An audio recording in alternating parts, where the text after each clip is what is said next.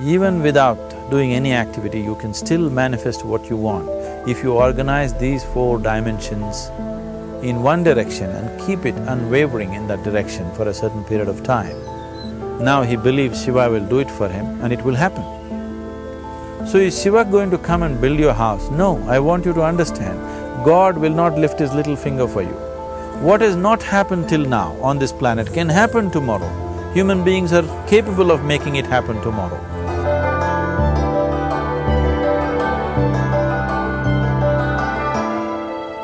Everything we as human beings have created on this planet was essentially first created in our minds.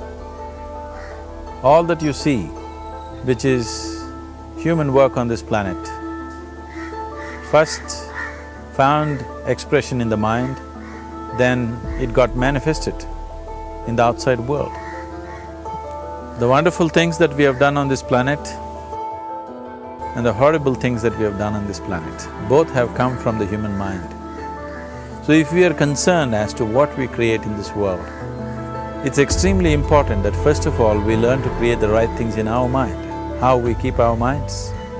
If we do not have the power to keep our minds the way we want it, what we create in the world is also going to be very accidental and haphazard.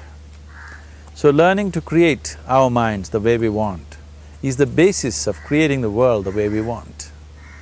There is a wonderful story in the yogic lore. On a certain day, a man took a walk. He went for a long walk. Accidentally, unawares, he walked into paradise. Fortunate, isn't he? He just took a walk and he landed up in paradise. After this long walk, he felt little tired.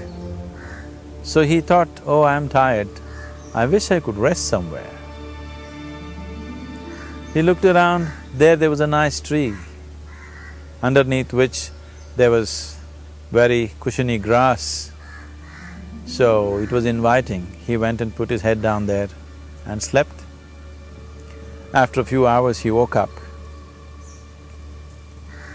well rested, and he thought, oh, I'm well rested, but I'm feeling hungry, I wish I had something to eat. And he thought about all the nice things that he ever wanted to eat in his life. And instantly, all those things appeared in front of him. You need to understand, there the service is like that. Hungry people don't ask questions. Food came and he ate. Stomach became full. Then he thought, oh, my stomach is full, I wish I had something to drink. All the nice things that he ever wanted to drink, he thought about it and all of them just appeared in front of him. Drinking people also don't ask questions, so he drank. Now with a little bit of alcohol in him, you know Charles Darwin told you, all of you are monkeys, your tail fell away. Not me, Charles Darwin told you that you were all monkeys and your tail fell away and then you became human. Yes, definitely the tail fell away. But the monkey, in yoga, we always refer to an unestablished mind as markata, which means a monkey. Why we are referring to the mind as a monkey is, what are the qualities of a monkey? One thing about a monkey is, it's unnecessary movement. And another thing about the monkey is, if I say you're monkeying somebody, what does it mean? Imitation. Monkey and imitation have become synonymous. So these two essential qualities of a monkey are very much the qualities of an unestablished mind. Unnecessary movement, you don't have to learn it from the monkey, you can teach it to the monkey. And imitation is full-time job of the mind. So when these two qualities are on, a mind is referred to as a monkey. So this monkey became active within him. He just looked around, thought, what the hell is happening here? I asked for food, food came.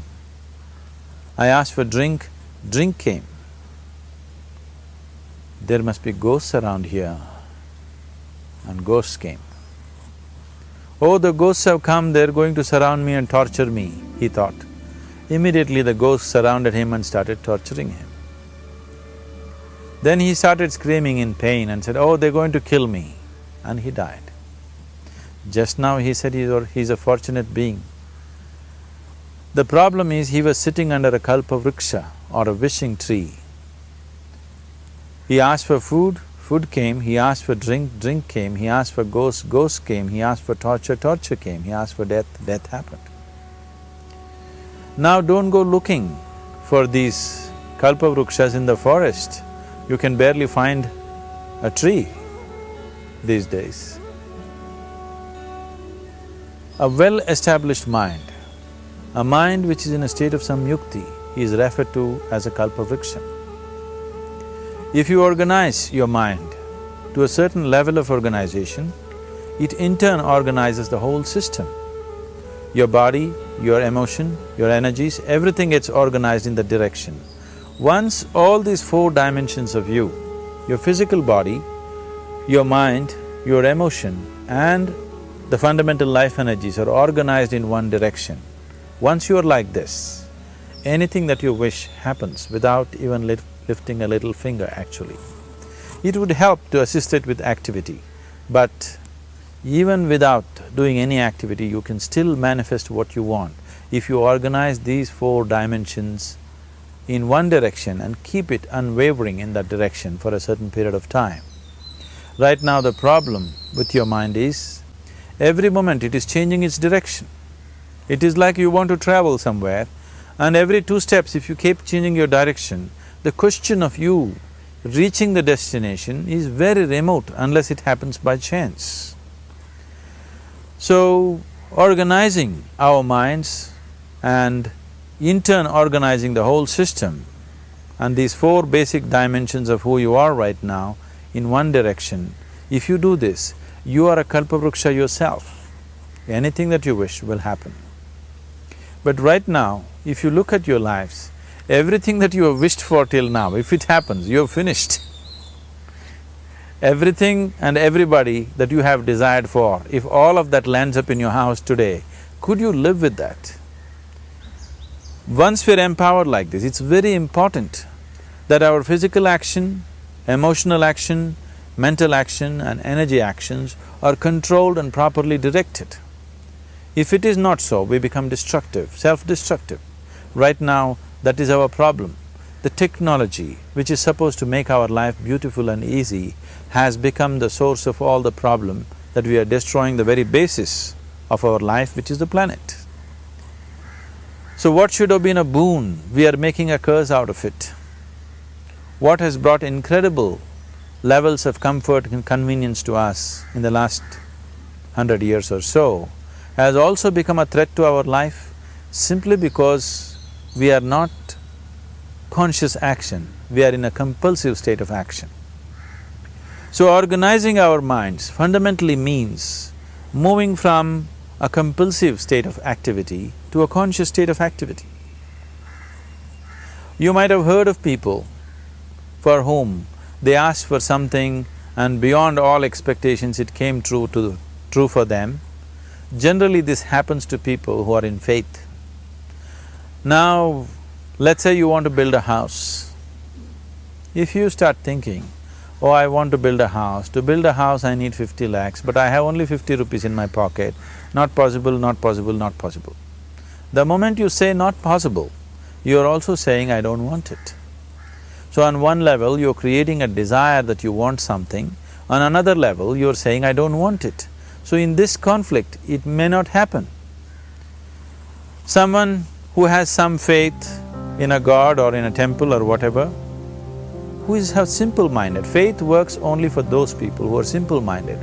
Thinking people, people who are too much thinking, for them it never works. A childlike person who has a simple faith in his god or his temple or whatever, he goes to the temple and says, Shiva, I want a house. I don't know how, you must make it for me. Now in his mind there are no negative thoughts. Will it happen? Will it not happen? Is it possible? Is it not possible? These things are completely removed by this simple act of faith. Now he believes Shiva will do it for him and it will happen.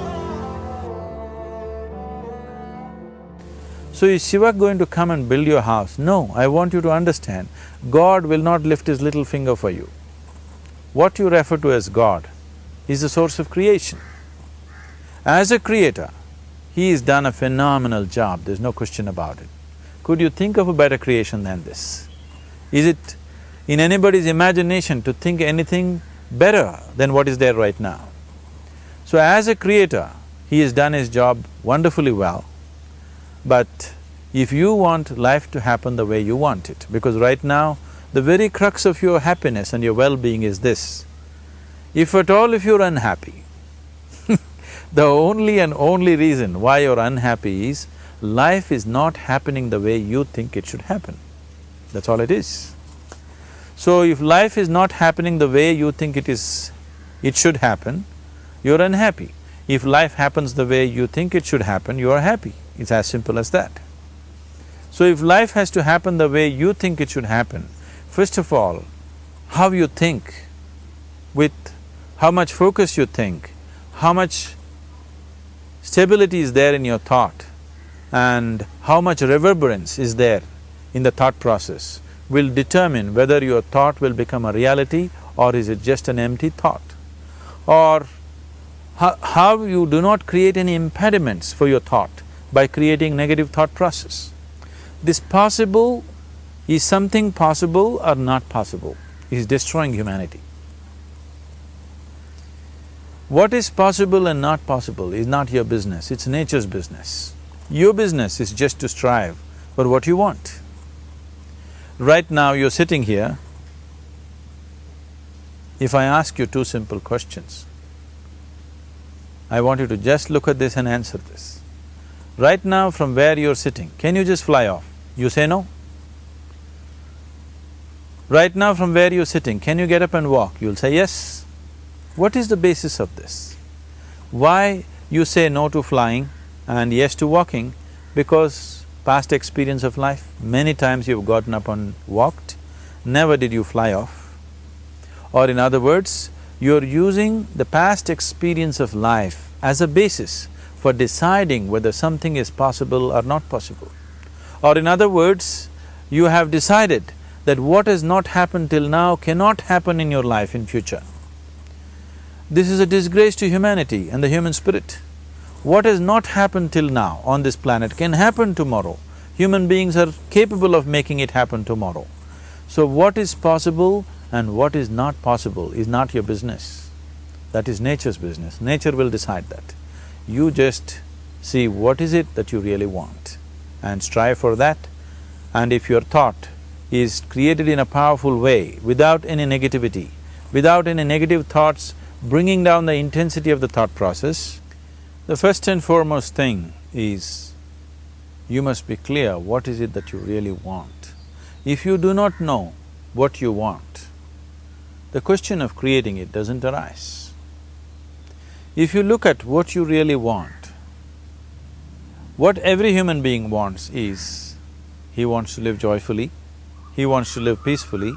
In terms of its relationships, he wants it to be loving and affectionate. Or in other words, all that any human being is seeking for is pleasantness within himself, pleasantness around him. This pleasantness, if it happens in our body, we call this health and pleasure. If it happens in our mind, we call this peace and joy. If it happens in our emotion, we call this love and compassion. If it happens in our energy, we call this blissfulness and ecstasy. This is all that a human being is looking for. Whether he is going to his office to work, he wants to make money, build a career, build a family, he sits in the bar, sits in the temple, he is still looking for the same thing. Pleasantness within, pleasantness around. If this is what we want to create, I think it's time we addressed it directly and commit ourselves to creating it. So you want to create yourself as a peaceful human being, joyful human being, loving human being, a pleasant human being on all levels. And do you also want a world like this? A peaceful world, a loving world, a joyful world? No, I want greenery, I want food. When we say a joyful world, that means everything that you want has happened. So this is all that you're looking for. So all that you need to do is commit yourself to creating it, to create a peaceful, joyful and loving world, both for yourself and everybody around you. Every day in the morning, if you start your day with this simple thought in your mind, that today, wherever I go, I will create a peaceful, loving and joyful world. If you fall down 100 times in the day, what does it matter? For a committed man, there is no such thing as failure. If you fall down 100 times, 100 lessons to be learnt. If you commit yourself like this to creating what you really care for, now your mind gets organized. Once your mind gets organized, the way you think is the way you feel, your emotion will get organized. Once your thought and emotion is organized, your energies will get organized in the same direction. Once your thought, emotion and energies are organized, your very body will get organized. Once all these four are organized in one direction, your ability to create and manifest what you want is phenomenal. You are the creator in many ways. That which is the source of creation is functioning within you every moment of your life. It is just that, have you kept access to that dimension or not? Organizing the four basic elements of your life will give you that access. There are tools and technologies to do this. The whole science of yoga, the whole technology that we refer to as yoga is just about this, transforming yourself from being just a piece of creation to become a creator.